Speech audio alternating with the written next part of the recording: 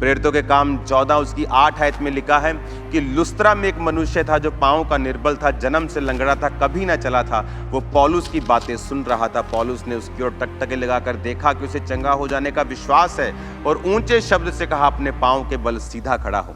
और वह उछलकर चलने फिरने लगा।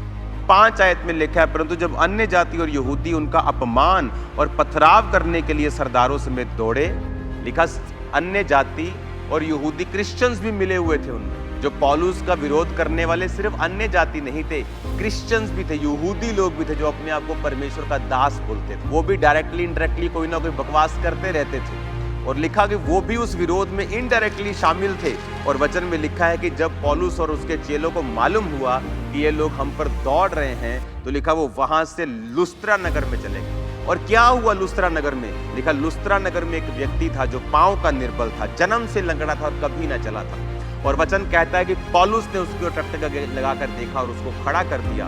इमेजिन करो, अगर पौलुस का विरोध ना होता तो पौलुस कभी लुस्त्रा नगर में नहीं जाता। पौलुस कभी लुस्त्रा नगर में नहीं जाता तो कभी भी वो लंगड़ा चंगा ना होता। वो लंगड़ा चंगा हुआ, हजारों लोगों में सुसमाचार फैला कि कोई पौलुस नाम का परमेश्वर का दास आया है और उसने उस लंगड़े को चला दिया है। क्यों आया पौलुस वहां पे? पौलुस लुस्त्रा कैसे पहुंचा? पौलुस अपनी मर्जी से नहीं पहुंचा। पौलुस लुधियाना में प्रचार कर रहा था और वहां पर उस लोग, अन्य जाति भी और क्रिश्चियंस भी उस पर दौड़े, और वो अगले शहर में चला गया। वो पटियाला में चला गया, और पटियाला में कोई जन्म का लंगड़ा था जिसको चला दिया गया, और पटियाला के लोगों ने देखकर विश्वास किया। पौलुस अपने आप वहां पे नहीं गया। लोगों को इस बात का मालूम नहीं है कि विरोध आपको वहां लेके जाता है जहां आप अपने आप नहीं जा सकते।